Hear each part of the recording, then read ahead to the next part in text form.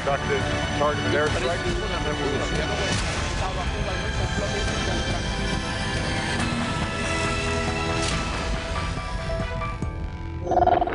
Aquí está la cola del Bicentenario, 9 de enero. Que me imagino que vienen a buscar comprar patria porque con esta cola desde la estación de Plaza Venezuela. Zona rental. Zona rental.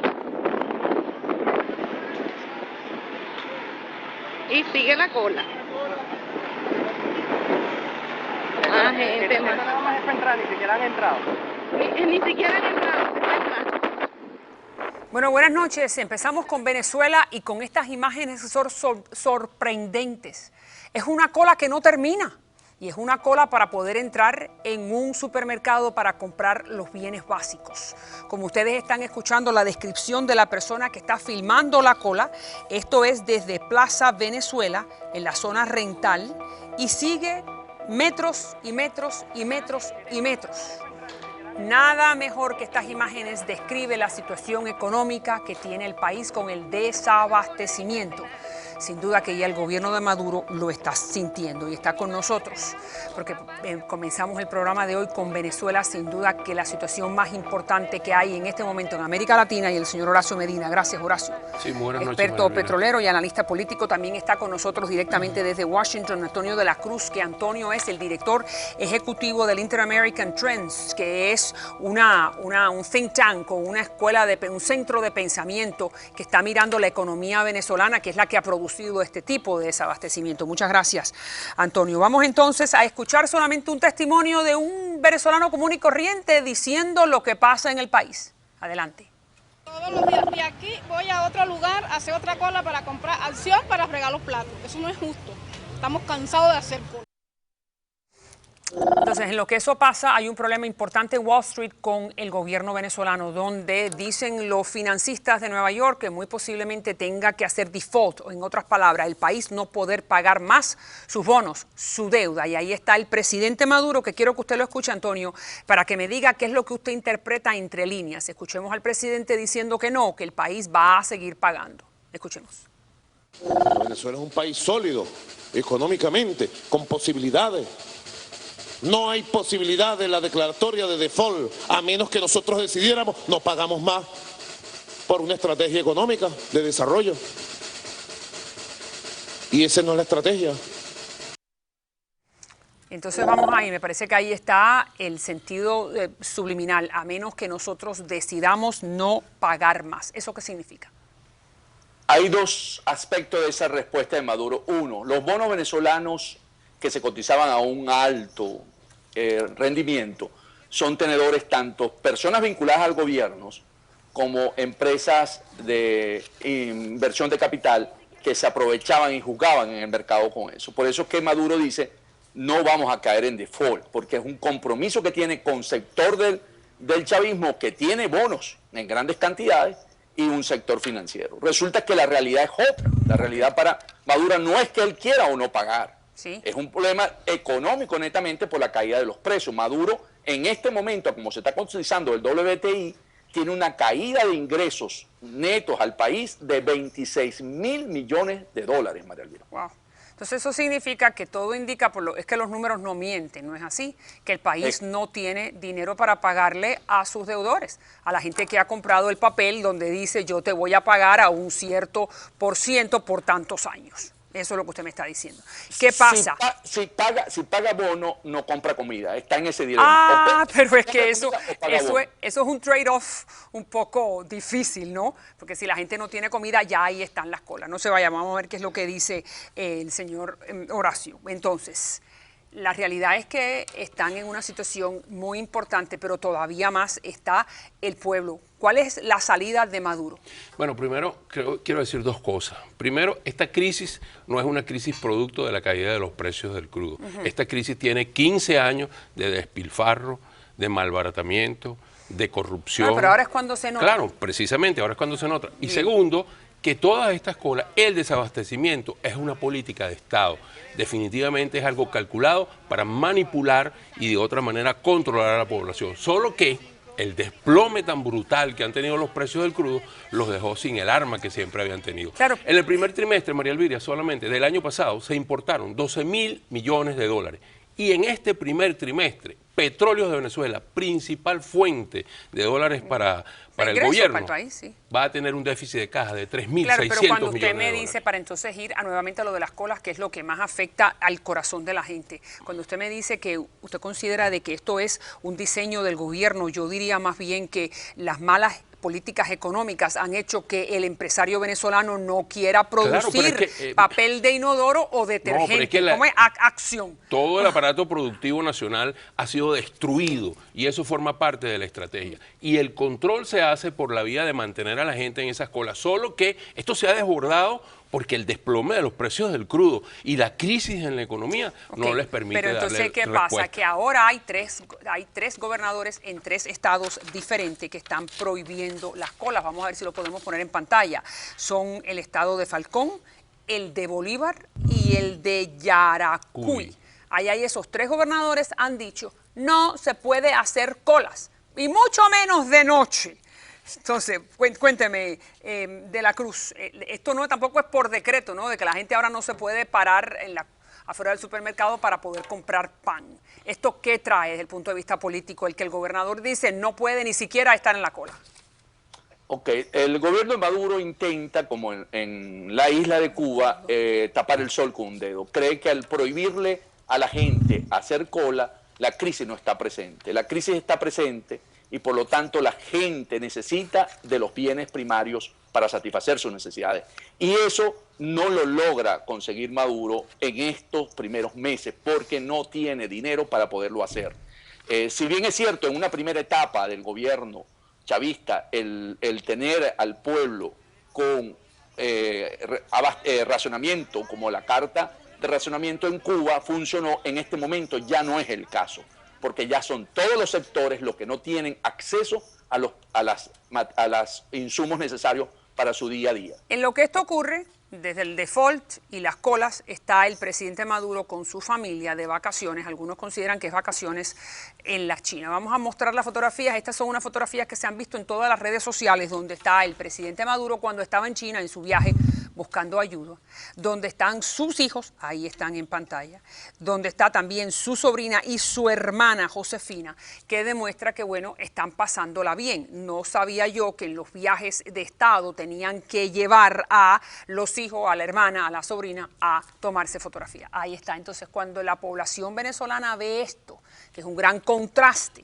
con lo que están viviendo en la cola esa que mostré al principio del programa, cuénteme qué pasa. Ojalá que hubiese muchos venezolanos que pudieran ver eso. Lamentablemente no hay los suficientes medios de comunicación porque ya todos están controlados. Sin embargo, la gente sabe y Maduro está fuera del país desde hace ya semanas y definitivamente ahora inventó un nuevo viaje a Rusia y se niega a regresar México, y a México. a Nicaragua también es correcto. Entonces, es algo así como si estuviera esperando que pasara algo para no tener que regresar. Bueno. Pero es realmente impactante y apoyando un poco lo que dice Antonio, es cierto, se ha desbordado la situación, se le ha salido de control y lo único que le queda es la represión y tratar de ocultarlo. Arriaza dijo que en Ramo Verde había muchos puestos para los que quisieran protestar, lo dijo.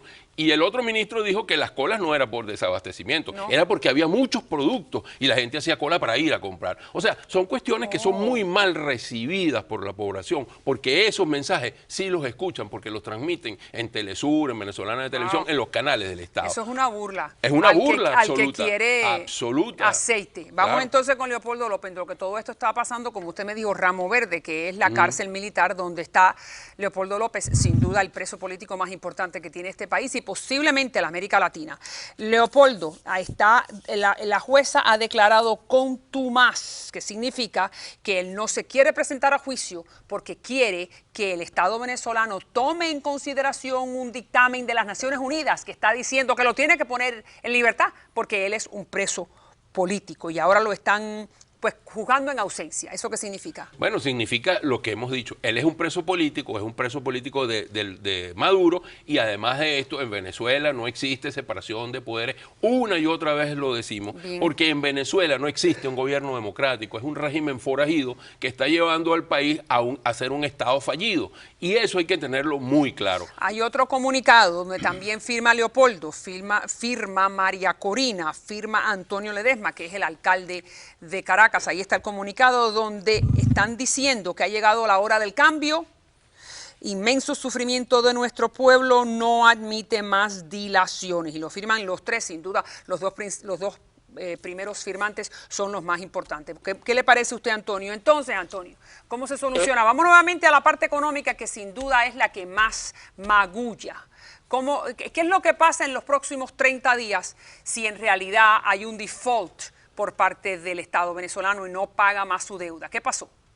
Ok, desde el punto de vista para el Estado venezolano entra en una moratoria y por lo tanto los activos de Venezuela pueden ser embargados. Deme un ejemplo. ¿Qué significan los activos de Venezuela? Un barco cargado de petróleo. Bien. Puede ser cargado. Las propiedades que hay en Estados Unidos, la refinería Citgo.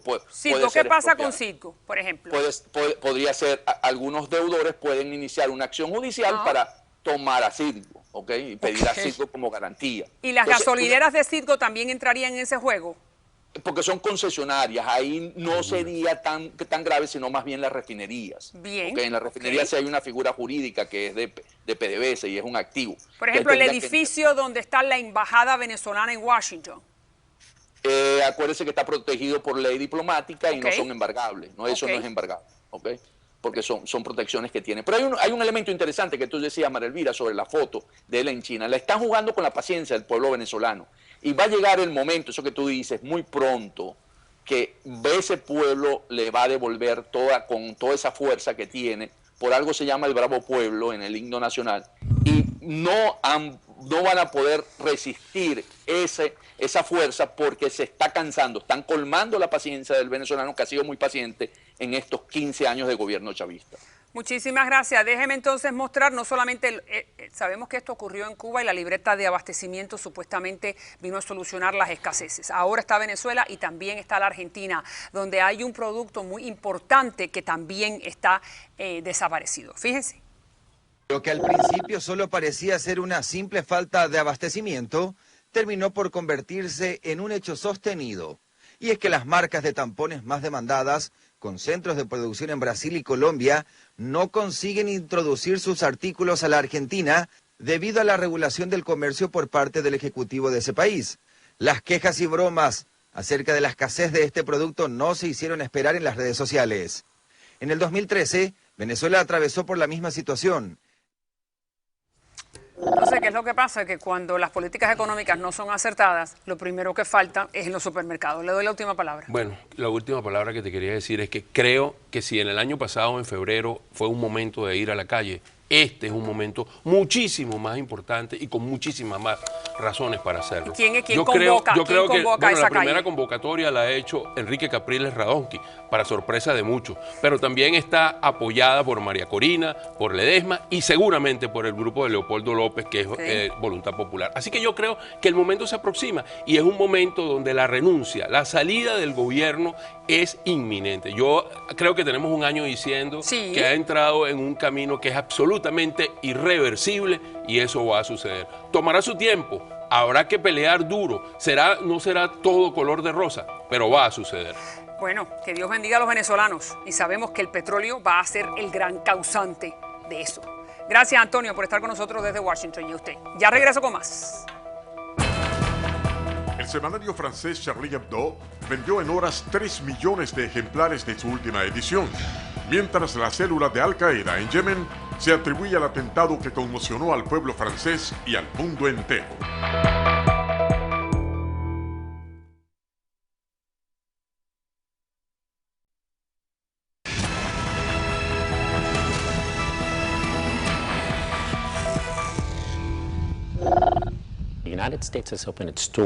Los Estados Unidos abrieron sus puertas para refugiados bajo la ley de ajuste cubano. Es una extraordinaria oportunidad que existe por razones humanitarias y propósitos políticos.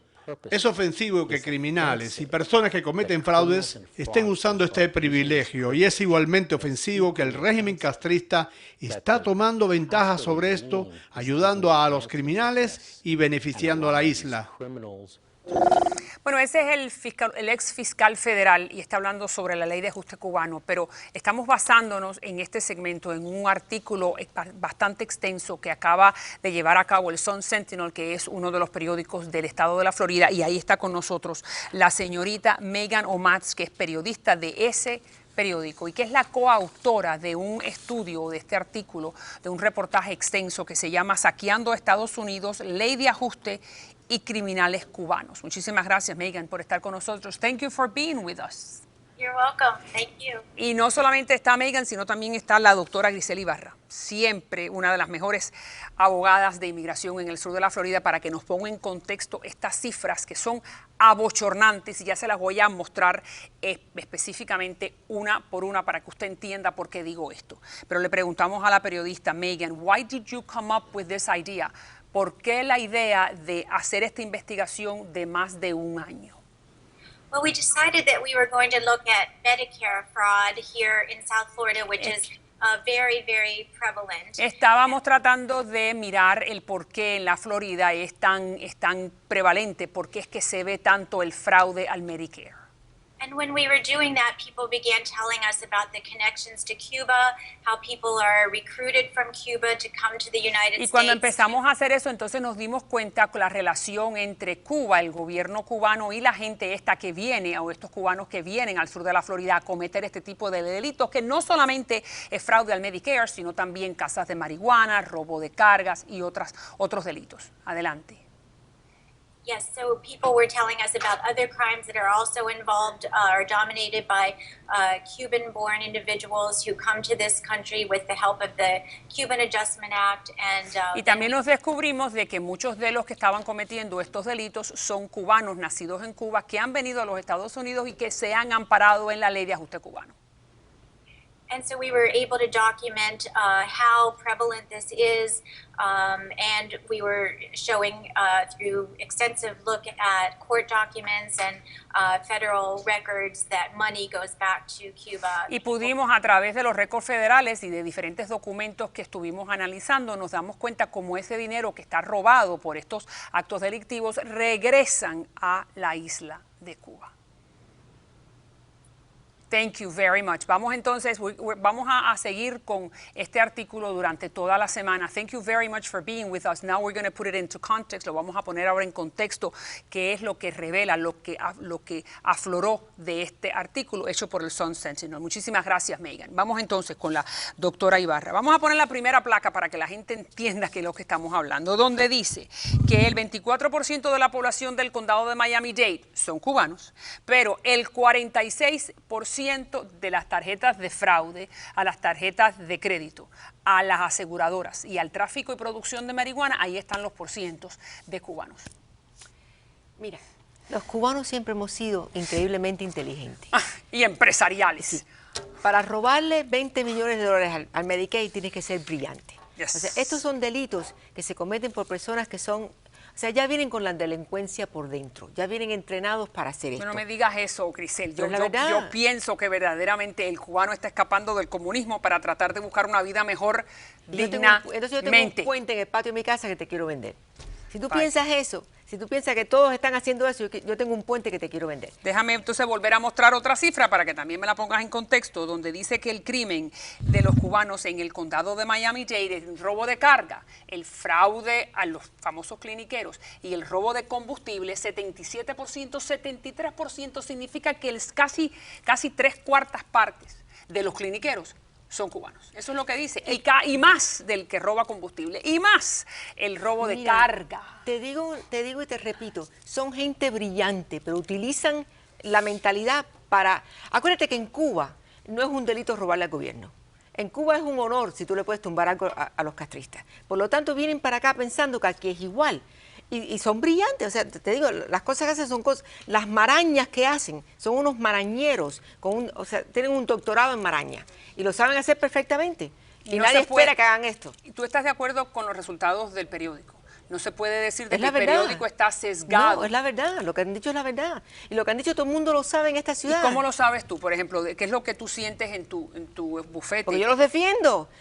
Cuando los están deportando, yo los veo delante de mi oficina, sentados ahí. El fraude por 20 millones, por 10 millones, por 5 millones, por 103. Yo lo veo y hablo con ellos y me doy cuenta que son brillantes, es increíble. ¿Qué te dicen? Nada, que cayeron en eso, que cometieron un error. No, espera. Tú cometiste un delito. El error fue cometer el delito. Pero lo que tú cometiste no fue un error, fue un delito. No, mira, en realidad... No lo entienden, que es un delito no, en los libros. No es que no lo entiendan, es que vienen de una sociedad donde hay que robar, hay que cometer maraña. Vienen para acá y no... En Cuba, cuando tú le robas al gobierno, le estás robando a los Castro. Aquí, cuando tú le robas al gobierno, le estás robando a las personas. Porque esto es un gobierno for the people, by the people.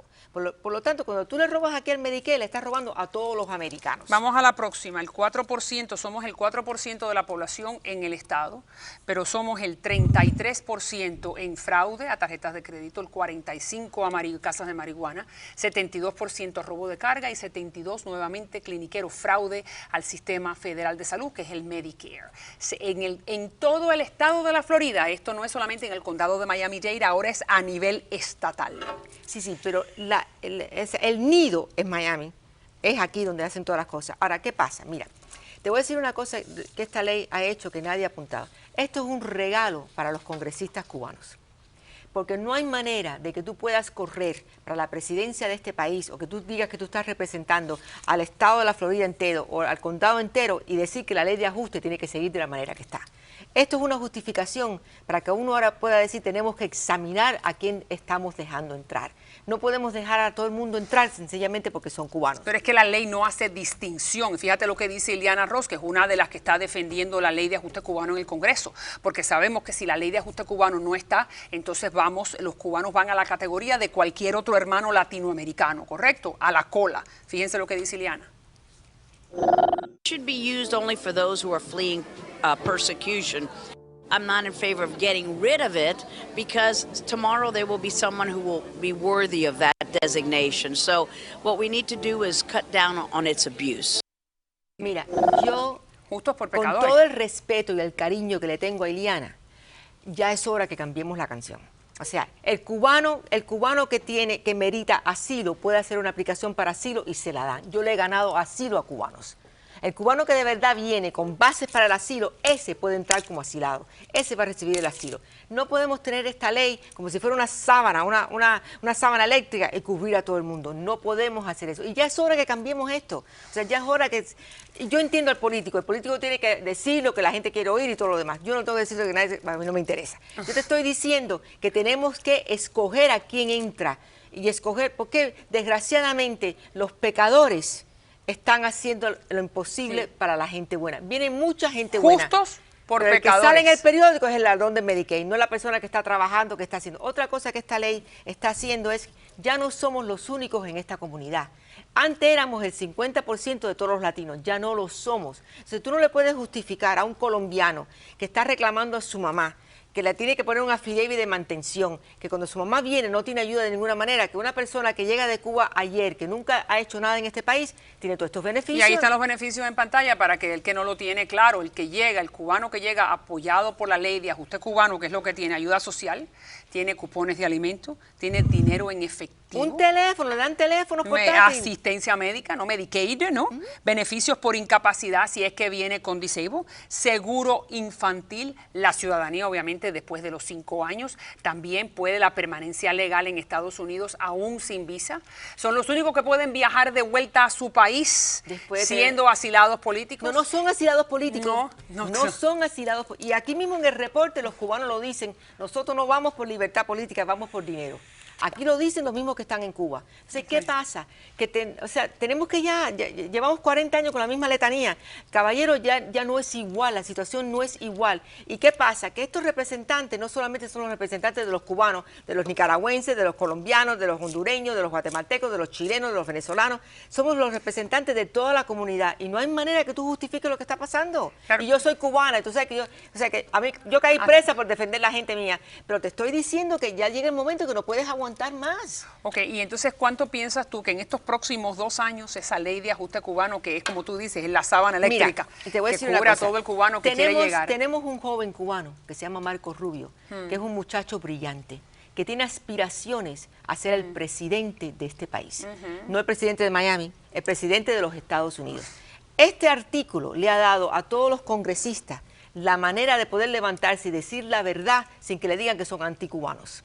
¿Me comprende? No hay manera, y te voy a decir una cosa, la ley la van a quitar con el Congreso. El día que se pare un congresista en ese piso y diga esto que tú estás diciendo aquí y lo ponga en pantalla, así tumban la ley. Así porque no hay justificación para lo que está pasando. Entonces, ¿tú crees que también, ahí está, lo acabo de decir, ayuda social, cupones, dinero, asistencia médica, seguro? Claro, pero bueno, eso es lo que dice la ley. Como tú dices, han abusado. No, la ley dice eso porque es la ley de refugiados. Les están dando beneficios de refugiados a gente que no son refugiados, que no son exiliados, que son inmigrantes económicos. Seguimos con este artículo del Sun Sentinel. Le tomó más de un año. Además, tuvo reporteros en Cuba donde pudo hasta hablar con alguno de ellos, de los que se burlaban de los Estados Unidos, porque ya están del otro lado con el dinero en el bolsillo. Le mandaron una carta a un juez diciéndole, ven y búscame si quieres. Sí, burlándose. Gracias. Siempre un gusto, Grisel. Ya regreso con más.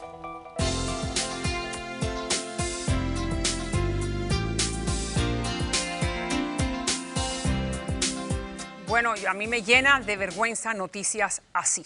Vamos entonces a hablar con Iliana, que es la representante de Insurance Doctors, que bueno, nos va a hablar de una información que no nos llena de vergüenza, pero que es buena porque hay que seguir la ley. Y la ley el 15 de febrero dice que hay que tener algún tipo de seguro médico. Cuéntame, ¿qué pasa el 15? Lo has dicho, María Elvira, estamos a 30 días de tener que cumplir con este requisito, mandato por parte del gobierno de lo que es el famoso Affordable Care Act, y va a ser muy difícil esquivarlo para toda persona que tenga que cumplir con los impuestos. Lo primero que te van a preguntar es, ¿has cumplido con el famoso Affordable Care Act? O sea, ¿tienes algún tipo de cobertura médica? Y por eso queremos brindarle la oportunidad a todos para que llamen The Insurance Doctors, expertos en lo que es cobertura médica, para que cumplan y no sean penalizados. Sí, recuerden que van a ser penalizados al no cumplir con esto. Así que para las personas que quizás el año pasado compraron, no les gustó su plan médico, ahora es la oportunidad para cambiarlo. También para las personas que dicen, bueno, voy a cumplir este año, pero a la vez necesito ayuda. Para eso está el famoso Obamacare. Muchas personas perciben de que Obamacare es un plan médico. No, son varias compañías grandes, notorias, que están cumpliendo bajo esta sombrilla, y si ganas entre $11,600 y $46,000 al año, entonces básicamente el gobierno te ayuda, te indemniza, diciéndote, ok, no vas a tener que pagar nada de tu bolsillo, te ayudamos al 100%. Pero si no llamas, si no llenas las planillas, no vas a saber. Tan sencillo como marcar el teléfono en pantalla, decir código postal, cuántas personas en la familia, cuánto ganas, y de esa manera te pueden ayudar, informarte, hasta ayudarte a llenar las planillas. Para las personas que quizás no entren dentro de eso, bueno, saber que tienes un buen plan médico y que a la vez no vas a ser penalizado. No, y además no hay ningún costo, no tiene que pagar nada a la persona por ir a Insurance Doctors, no, y recibir esa información y saber por dónde va su camino. Muchas gracias, Iliana. Ahí el número en pantalla. Siempre un gusto. Acuérdense, el 15 de febrero, fecha límite. Hasta la próxima.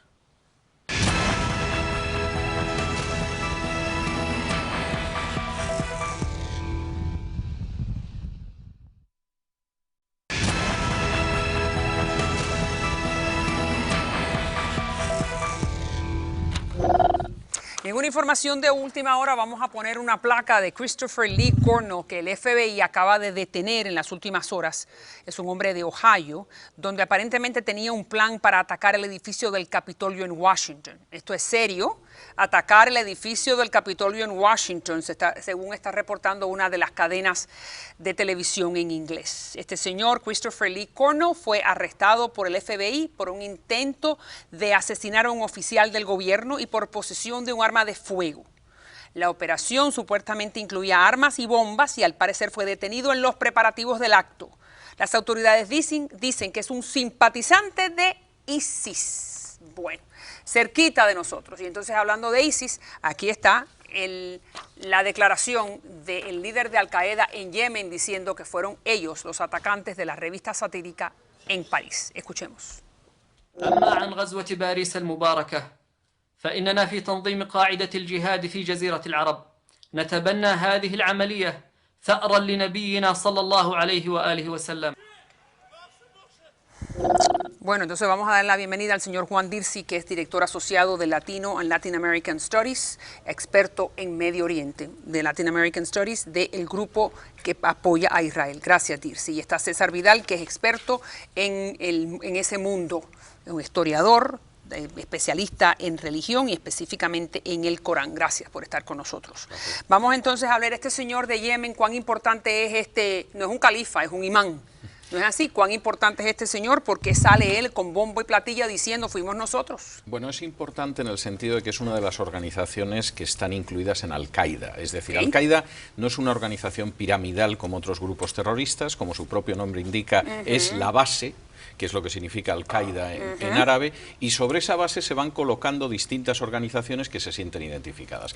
Esta en concreto es la del Yemen, es una de las más sanguinarias, es una de las más poderosas y ahora reivindica el atentado de París. Ahora, no obstante, este señor, para que el público entienda, no es el líder de Al-Qaeda.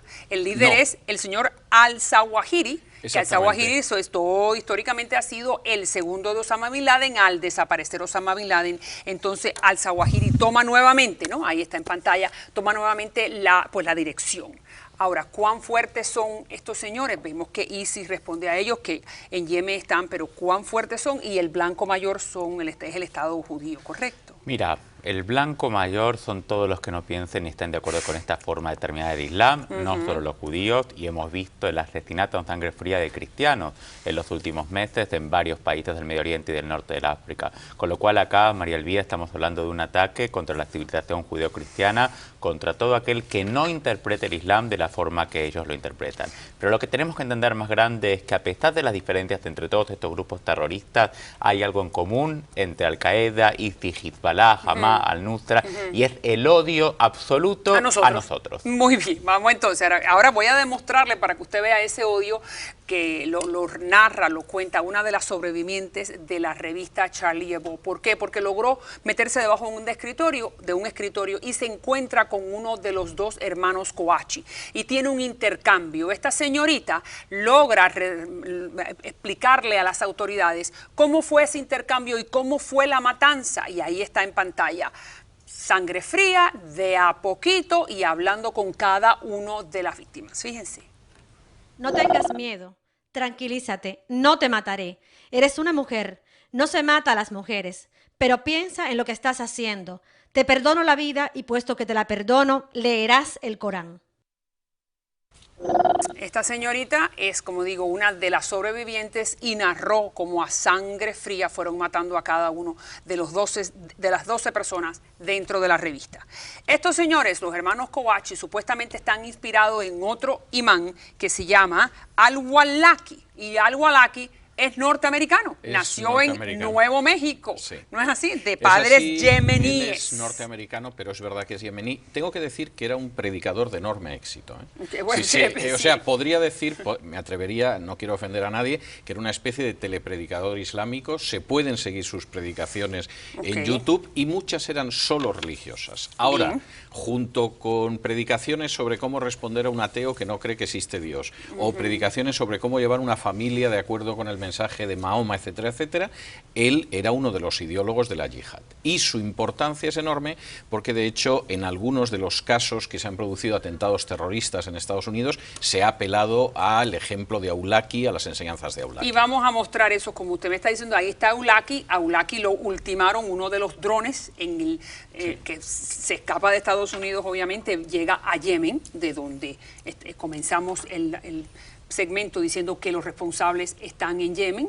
¿Y qué pasa? Que muere por un ataque de dron. ¿Cómo es que Al-Awlaki termina sus días? Mira, antes de comentar sobre este tema, quiero explicar lo siguiente, que es lo que comentábamos, que es la diferenciación entre el discurso religioso legítimo que hace un clérigo musulmán y el discurso y el llamado a la guerra santa y al ataque contra la civilización occidental. Bien. Hoy creo, María Elvira, que esa es la pregunta crítica, para hacer en Europa y para hacer también en Estados Unidos. ¿Cómo nuestras sociedades enfrentan hoy el fundamentalismo islámico que utiliza muchas de las mezquitas musulmanas para transmitir su mensaje? Eso nadie nadie lo ha podido todavía responder, y mucho menos en el mundo árabe dentro de los estados árabes moderados. ¿No es así?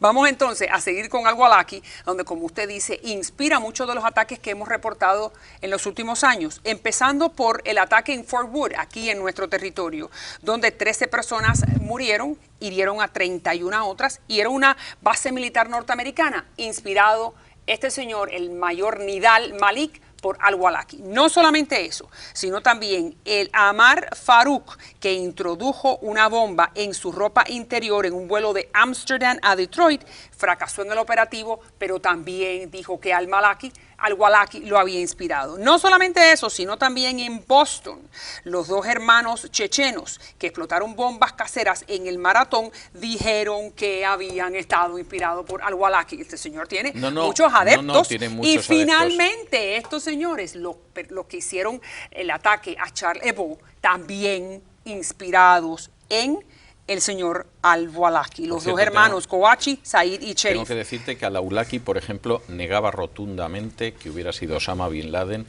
quien había derribado las Torres Gemelas. Ah, sí, ¿y quién había sido él? No, ¿quién supuestamente era una operación interna de falsa bandera en Estados Unidos, pero quiero decirte que es un personaje del que se podría hablar horas.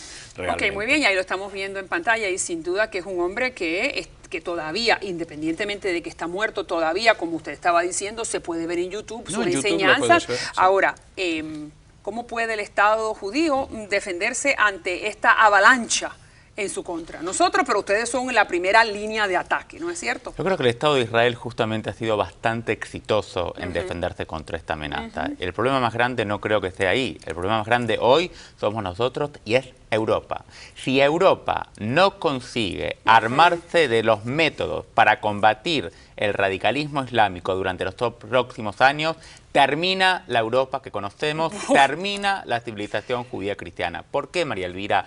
Porque el ataque que vimos la semana pasada contra la tienda kosher, lamentablemente no fue una sorpresa contra la comunidad judía, porque no fue el primer ataque en contra la comunidad judía, porque el verano la sinagoga de París recibió una avalancha, una manifestación de musulmanes que venían a apedrear y a matar a los que estaban adentro, y porque en el año 2002 en la ciudad de Toulouse unos terroristas islámicos mataron a 3 muchachitos y a un maestro que entraban a una escuela a estudiar, y porque en el 2014 en el Museo Judío de Bruselas atacaron también a gente que estaba simplemente visitando una exposición en un museo. Entonces, ustedes están acostumbrados. Pero no es un tema de judíos, María Elvira. Claro. Estamos hablando no del futuro de los judíos de Europa, el futuro de Europa es el que está bueno, pero y en lo que el futuro de Europa lo estamos discutiendo, aquí hasta nuevamente es cómo se hacen bombas. Es que estos señores pueden aprender a cómo hacer los artefactos para atacarnos en revistas, y ahí está en pantalla, está en YouTube, ahí está, fabrica una bomba en la cocina de tu mamá. Eso es muy fácil, pero en esta revista que se llama Inspire, que es una de las revistas que sirve al mundo islámico radical, y ahí está en pantalla y te lo están explicando. Entonces, ¿cómo nos vamos a defender? Eso no es una novedad, eso se ha dado con todos los grupos terroristas que en el mundo han sido, no solo los islámicos. Quizá el problema en Europa es que ha habido una inmigración descontrolada. Yo creo que la mayoría de los musulmanes en Europa no son simpatizantes del terrorismo, pero se calcula que puede ser un 10%. Y un 10% en Europa es hablar de millones ahora mismo, entre otras cosas porque hay ciudades que antes de que acabe esta década, y estoy hablando de Barcelona en España, de Rotterdam en los Países Bajos o de Marsella en Francia, van a tener una mayoría musulmana. Y esa es una situación muy difícil en la que los poderes europeos, además de enfrentarse con el terrorismo, tienen que saber no caer en la trampa de hacerle el juego al terrorismo. Es decir, de perseguir a poblaciones inocentes, de recortar las libertades y de ir tan lejos en la reacción que al final haya mucha gente que se identifique con los terroristas precisamente por esa reacción. Creo que Europa, y lo vemos en Francia, todavía no saben cuál es esa receta. En lo que, no sé, después usted me va Europa ha ilustrar. perdido batallas en ese sentido porque no conoce la receta. En lo que encontramos la receta, aquí está la reacción de Irán y la reacción de ISIS sobre la nueva portada de la revista Charlie Hebdo, donde muestran al profeta Mohammed llorando y diciendo todo está perdonado, que me parece que muestra una gran altura moral. No obstante, ISIS considera que es nuevamente extremadamente estúpida la publicación, e Irán ha dicho que es nuevamente una publicación provocadora, un insulto al Islam y al profeta Mahoma. Pero es que si el Islam prohíbe representar al profeta, no va a cambiar de opinión porque haya habido un atentado en París. La película Éxodo que es una película reciente, ha tenido que recortar escenas para poder estrenarse en Marruecos. Y el tema que tú traes es fundamental, María Elvía. Hay que ver quiénes son los países que financian a estas organizaciones terroristas. Nuestros amigos. Irán, por un lado, pero también Irán, Qatar. O sea, no podemos seguir permitiendo. Qatar, Arabia Saudita, no podemos permitir Jordania, eso. todos. Hay que ir a la raíz del problema para poder eliminarlo. Y mientras estos países les sigamos haciendo el juego y permitiendo que lo hagan, somos nosotros mismos los que nos ponemos en la línea de batalla. Pues así es. Que Dios nos bendiga. Muchas gracias a los dos. Ya regreso con más.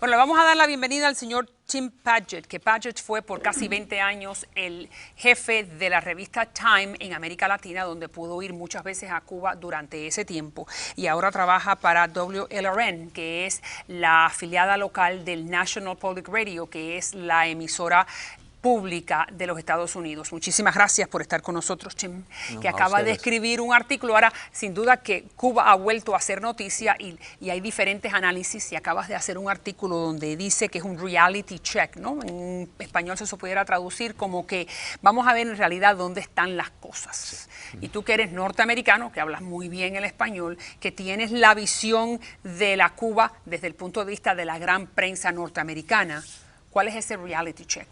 ¿Dónde es que están las cosas entre Cuba y Estados Unidos? Pues desde el anuncio del presidente Obama el 17 de diciembre, ambos lados de ese asunto, ellos que oponen a la decisión del señor Obama de normalizar relaciones otra vez con Cuba y ellos que están mucho en favor de esa decisión, ambos han sido, digamos, culpables de hipérbole.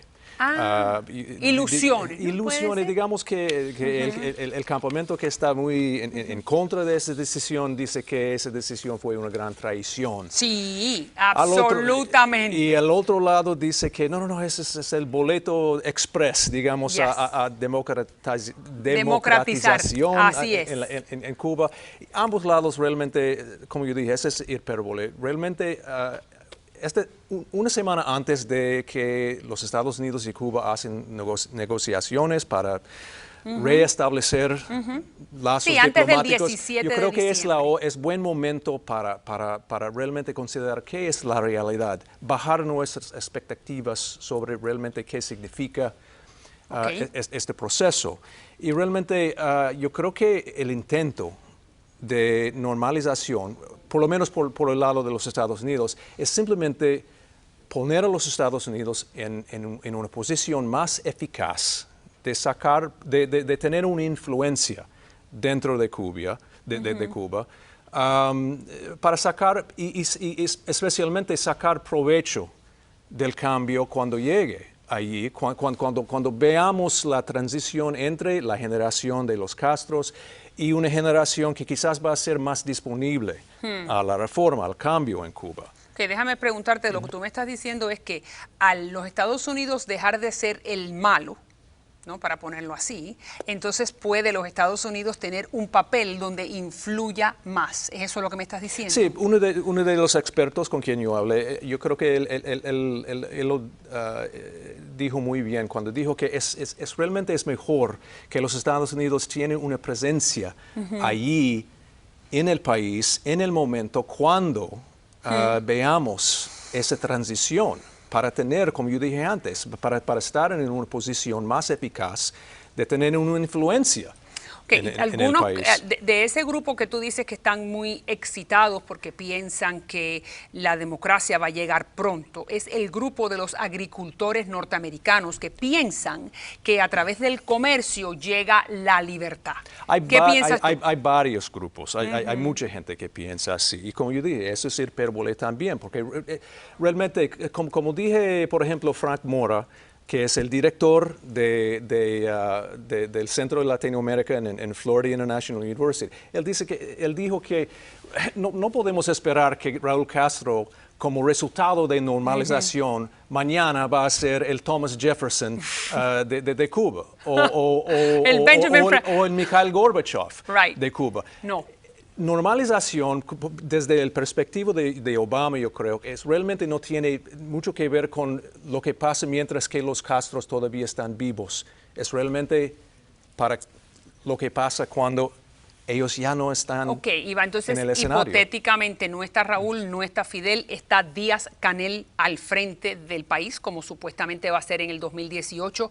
¿Qué podríamos esperar? Es una apuesta. Yo creo que la administración de Obama ahorita está haciendo una apuesta que cuando lleguemos a ese punto vamos a ver ese escenario de transición en Cuba. Que vamos a ver una generación emergiendo en Cuba que quizás está más disponible a ciertas reformas como más elecciones, más capitalismo, libertad, etcétera. democracia. Quizás, es una apuesta. Ok, ¿y qué pasa con el modelo chino? Porque una vez que el modelo chino se establece, es difícil levantar. Es buen punto y yo he hablado mucho con funcionarios estadounidenses sobre ese punto.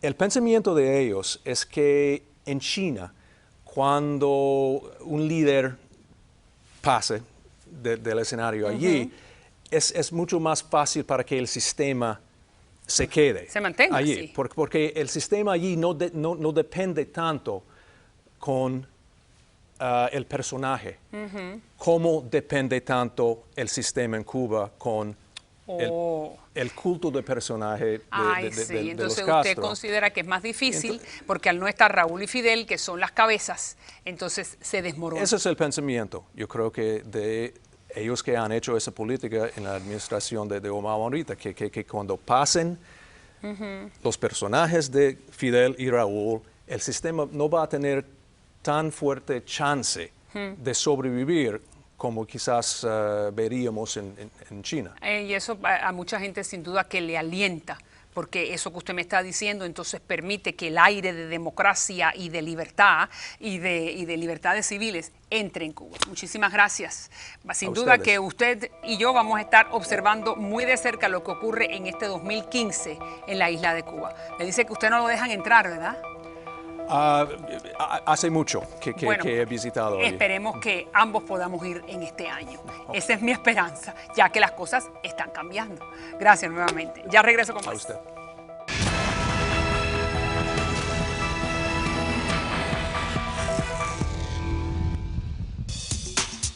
Las joyas de María Elvira son diseños exclusivos de Santayana.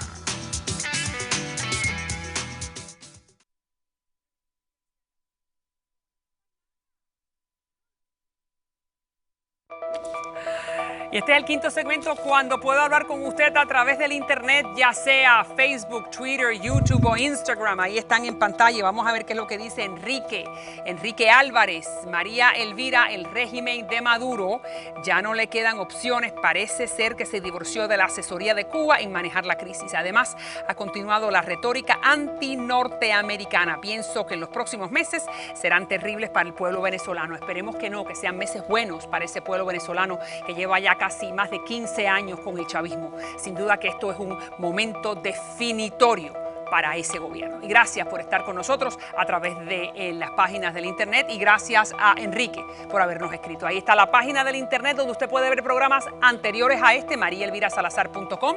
Gracias a Bobby, que sin duda es el mejor peluquero que hay en el sur de la Florida. Bobby, Éxtasis Salón y Spa. Gracias a Dania y gracias a Gabriela Arango, de las mejores diseñadoras en el sur de la Florida. Y gracias a usted por esta sintonía todas las noches aquí en Mira TV a las 8 de la noche. Como siempre digo, si Dios contigo, ¿quién contra ti? Nadie. Hasta mañana.